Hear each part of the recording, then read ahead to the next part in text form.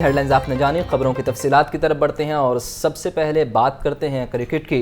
England के खिलाफ दूसरे और तीसरे टेस्ट के लिए कौमी स्क्वाड का ऐलान। बाबर आजम, नसीम शाह, सरफराज अहमद और शाहीन शाह अफरीदी को आराम देने का फैसला। हसीबुल्लाह, मेहरान मुमताज़, कामरान गुलाम, मोहम्मद अली और साजिद खान को शामिल किया गया है। अहम खबर है, उस बारे आपको अपडेट किया जा रहा है। पाकिस्तान बामुकाबला इंग्लैंड दूसरे टेस्ट में पाकिस्तानी स्क्वाड में रद्दोबदल है और उस बारे आपको अपडेट कर रहे हैं। तो इंग्लैंड के खिलाफ दूसरे और तीसरे टेस्ट के लिए कौमी स्क्वाड का ऐलान कर दिया गया है। बाबर आजम, नसीम शाह, सरफराज अहमद, शाहीन शाह अफरीदी को आराम देने का फैसला। हसीबुल्लाह, मेहरान मुमताज़, कामरान गुलाम, मोहम्मद अली और साजिद खान को शामिल किया गया है। आपको अहम खबर बारे अपडेट कर रहे हैं। कौमी टीम में रद्दोबदल कर दिया गया है। इससे पहले खबरें आ रही थी कि कौमी टीम में रद्दोबदल किया जाएगा और इस हवाले से सिलेक्शन कमेटी में कुछ बात ये भी हो रही थी कि कुछ लोग ये कह रहे थे कि बाबर आजम को खेलने का मौका दिया जाए, जबकि सिलेक्शन कमेटी में के कुछ अफराद चाहते थे कि बाबर आजम को आराम दिया जाए। और अब ये फैसला सामने आया है कि हसीबुल्लाह व मेहरान मुमताज़, कामरान गुलाम, मोहम्मद अली और साजिद खान को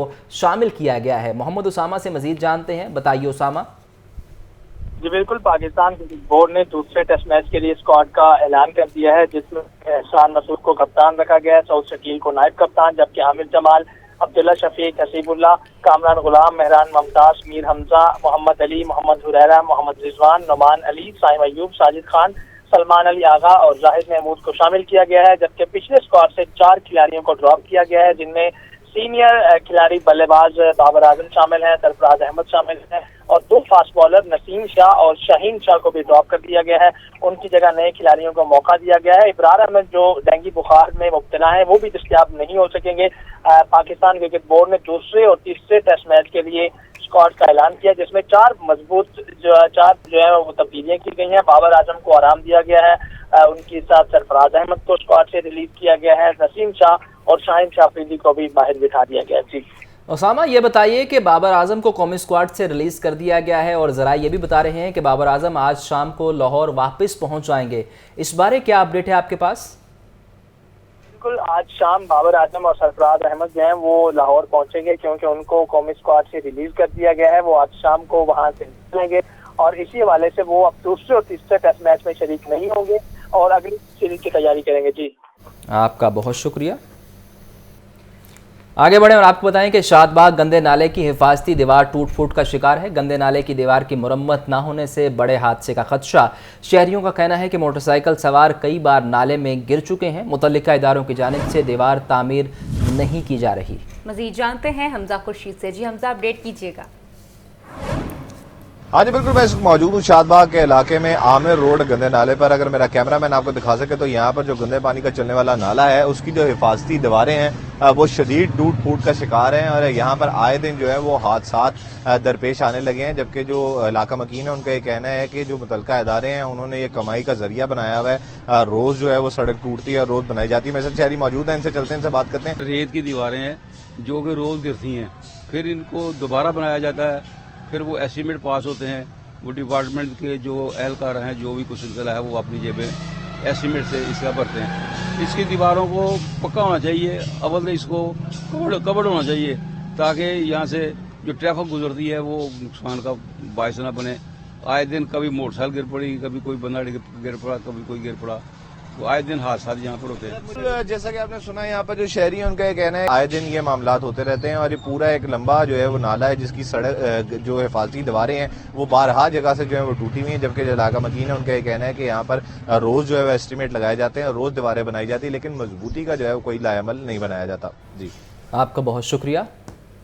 अब आपको बताएं, लेस्को इंतजाम की गफलत और नाहिली। कश्मीरी घाटी से शेरावाला गेट तक बिजली की तारें लटकने लगी। लटकी हुई हाई वोल्टेज तारें शहरियों के लिए वबाले जान बन गई। बिजली के पोल भी खस्ता हाली का शिकार हैं। मजीद जानते हैं सामिया सईद से, बताइए सामिया।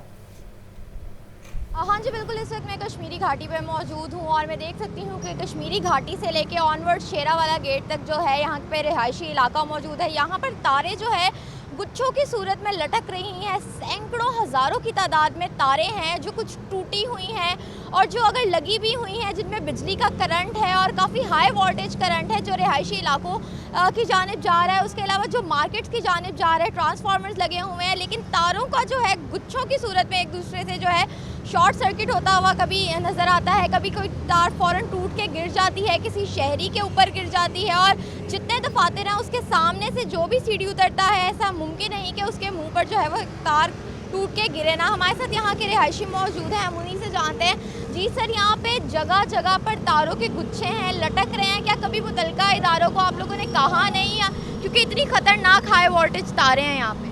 जी सर, अब वापडा वालों को ये चाहिए, हम क्या कह सकते हैं, वापडा वालों को खुद ये चाहिए कि ये तारे जो उनसे लगा हुए हैं, बंदा गुजरते हैं, किसी वक्त इसको करंट लग जाते हैं और ये जो है ना किसी वक्त जो है ना बंदा इसके नीचे आ जाते हैं। ये वापडा वालों को होना चाहिए कि ये इसको तारे को कम कर दे, थोड़ा सा खंबे को जो है ना ऊपर करके चेंज कर दे, ये दरख्वास्त है हम लोग। हाँ जी बिल्कुल, खंभों की सूरत हाल भी खस्ता हाली का शिकार हैं और बेपनाह तारे जो है लटक रही हैं, आए दिन टूट कर गिरती हैं, शॉर्ट सर्किट होता है और शहरियों को जो है शदीद मुश्किलात का सामना करना पड़ता है। मेन रोड है, यहाँ से लोग भी गुजरते हैं, मार्केट की जानिब भी सड़क जाती है, रिहायशी इलाके हैं, यहाँ लोग रहते हैं।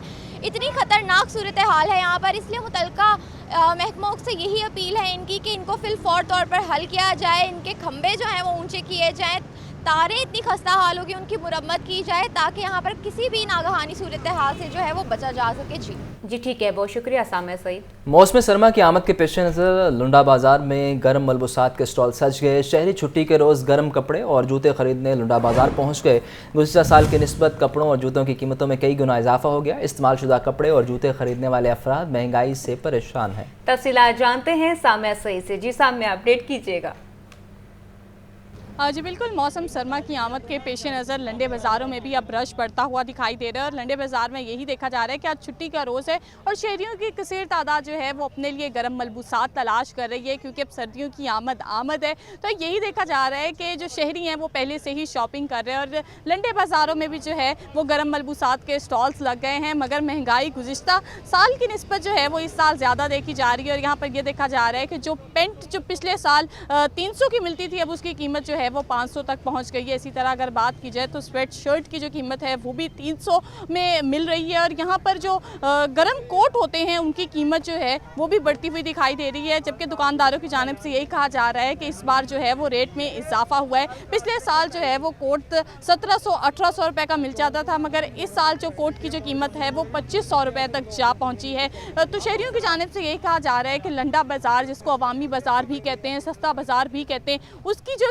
उसमें जो अशिया हैं उनकी कीमतें पहले कम होती थी मगर अब उनकी कीमतों में भी जो है वो इजाफा हो गया और कीमतें आसमान से बातें कर रही हैं। और शहरियों की जानिब से ये कहा जा रहा है कि आज छुट्टी का रोज़ है और पूरी कोशिश कर रहे हैं कि अच्छी कीमत पर जो है वो अच्छी चीज़ तलाश करके जाएँ। जी ठीक है, बहुत शुक्रिया सामिया सईद।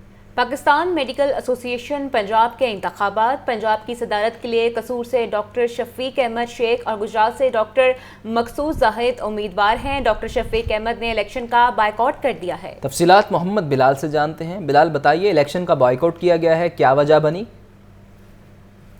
जी बिल्कुल, पाकिस्तान मेडिकल एसोसिएशन पंजाब के जो इलेक्शन है ये लाहौर समेत पंजाब के जो 30 अजला हैं यहाँ पे जारी हैं, जिसमें पंजाब की जो सीट पे 2 उम्मीदवार हैं। एक उम्मीदवार कसूर से डॉक्टर शफीक अहमद, जबकि दूसरे जो उम्मीदवार हैं ये गुजरात से डॉक्टर मकसूद जाहिद हैं। जबकि कसूर के जो उम्मीदवार थे डॉक्टर शफीक अहमद, उनकी जानिब से इन इलेक्शंस का जो बाइकआउट है वो कर दिया गया है। जबकि इस वक्त भी जो इलेक्शन प्रोसेस है इसका अमल जारी है और तकरीबन 2200 से ज़ायद पंजाब भर के जो वोटर्स हैं अपना जो हक़ राय दही है इसको इस्तेमाल कर रहे हैं। मैं इस वक्त PMA house Firozpur road Lahore के अंदर मौजूद हूँ।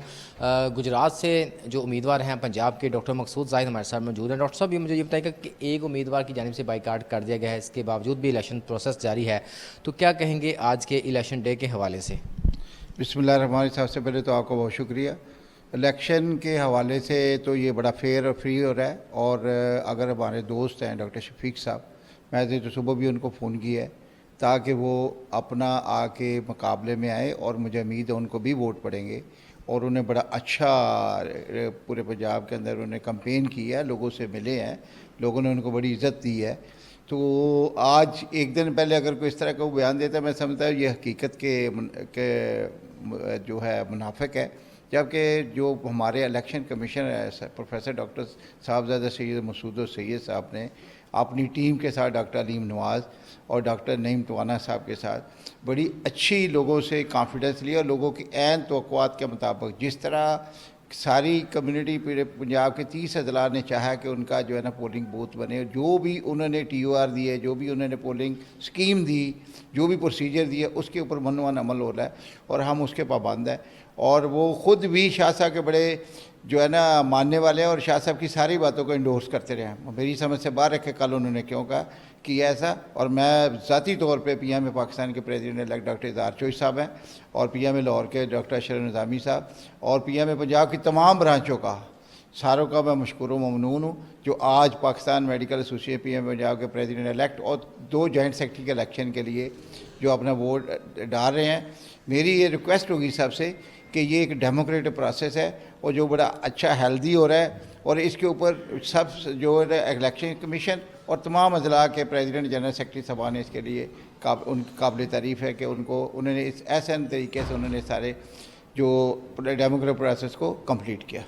जी बिल्कुल, इस वक्त पंजाब के अंदर जो इलेक्शन प्रोसेस है ये जारी है और 2 बजे के बाद ऐलान किया जाएगा कि कौन सा जो उम्मीदवार है ये जीतेगा, चूँकि एक उम्मीदवार की जानिब से पहले ही बाइकआउट का ऐलान कर दिया गया। उनकी जानिब से कहा जा रहा था कि एक मुतनाज़ा इलेक्शन है, आइन के ख़िलाफ़ है, जिसकी वजह से वो इसमें हिस्सा नहीं ले रहे और जो PM के जो आइन है इसके मुताबिक जो बाइकआउट कर देगा फिर जो दूसरा जो उम्मीदवार होता है ये जीत जाता है। लेकिन इसके बावजूद भी जो इलेक्शन प्रोसेस है इसका अमल जारी है और जिसको ज़्यादा वोट पड़ेंगे वही जीतेगा। 2 बजे के बाद जीतने वाले उम्मीदवार का जो नाम है ये जाहिर किया जाएगा। जी ठीक है, बहुत शुक्रिया।